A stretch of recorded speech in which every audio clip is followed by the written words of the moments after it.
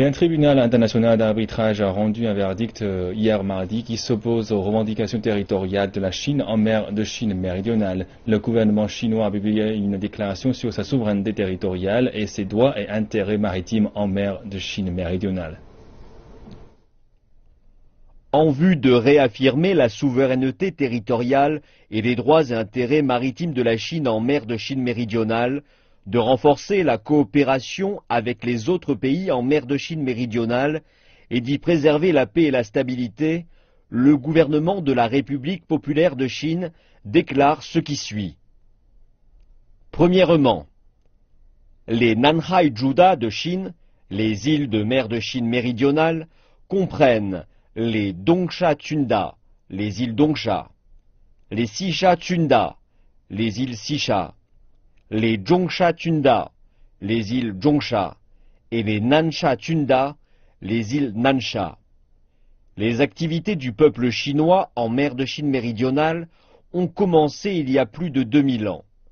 La Chine a été la première à découvrir, à nommer, à explorer et à exploiter les Nanhai Juda et les eaux concernées, et elle y a exercé la souveraineté et la juridiction en premier et de manière continue, pacifique et effective, établissant sa souveraineté territoriale ainsi que ses droits et intérêts concernés en mer de Chine méridionale.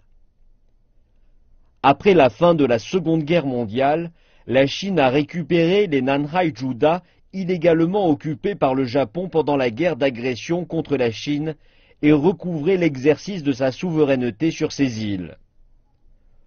Pour renforcer l'administration des Nanhai Juda, le gouvernement chinois a, en 1947, examiné et révisé les noms géographiques de ces îles, rédigé Nanhai Juda Dili Zhelue, précis de la géographie des Nanhai Juda, établi Nanhai Juda Weijetu, carte de situation des Nanhai Juda, sur laquelle est marquée la ligne discontinue. Cette carte a été officiellement publiée par le gouvernement chinois en février 1948 et ainsi portée à la connaissance du monde. Deuxièmement, depuis sa fondation le 1er octobre 1949, la République populaire de Chine défend fermement sa souveraineté territoriale et ses droits et intérêts maritimes en mer de Chine méridionale.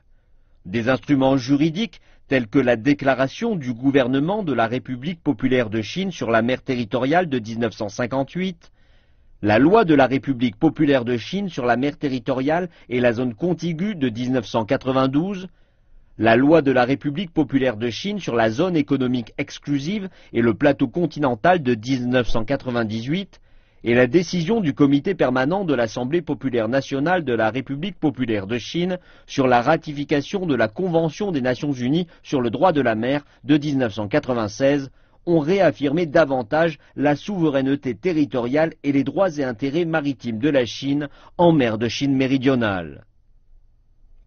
Troisièmement, sur la base de la pratique du peuple et du gouvernement chinois tout au long de l'histoire et de la position constante des gouvernements chinois successifs, et en vertu de la législation nationale et du droit international, dont la Convention des Nations unies sur le droit de la mer, la Chine a la souveraineté territoriale et les droits et intérêts maritimes en mer de Chine méridionale, comprenant, entre autres, ce qui suit. 1.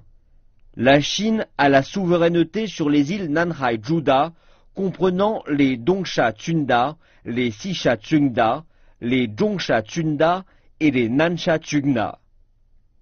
2. La Chine a les eaux intérieures, la mer territoriale et la zone contiguë basée sur les Nanhai Juda. 3. La Chine a la zone économique exclusive et le plateau continental basé sur les Nanhai Juda. 4.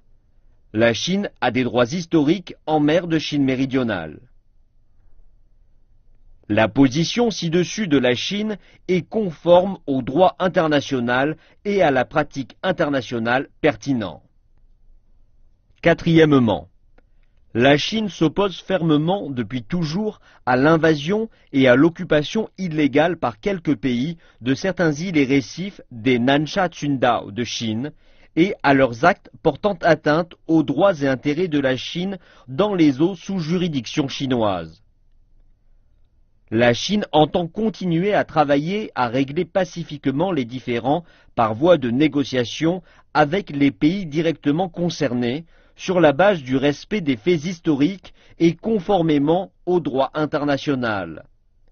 Et elle est prête, dans l'attente d'un règlement final, à travailler avec les pays concernés sans ménager aucun effort pour conclure des arrangements provisoires de caractère pratique, y compris l'exploitation conjointe dans les zones maritimes concernées, en vue de réaliser le bénéfice mutuel et le gagnant-gagnant et de préserver en commun la paix et la stabilité en mer de Chine méridionale. Cinquièmement, la Chine respecte et soutient la liberté de navigation et de survol en mer de Chine méridionale dont jouissent tous les pays conformément au droit international. Elle entend coopérer avec les autres États côtiers et la communauté internationale pour assurer la sécurité et la circulation sans entrave dans les voies maritimes internationales en mer de Chine méridionale.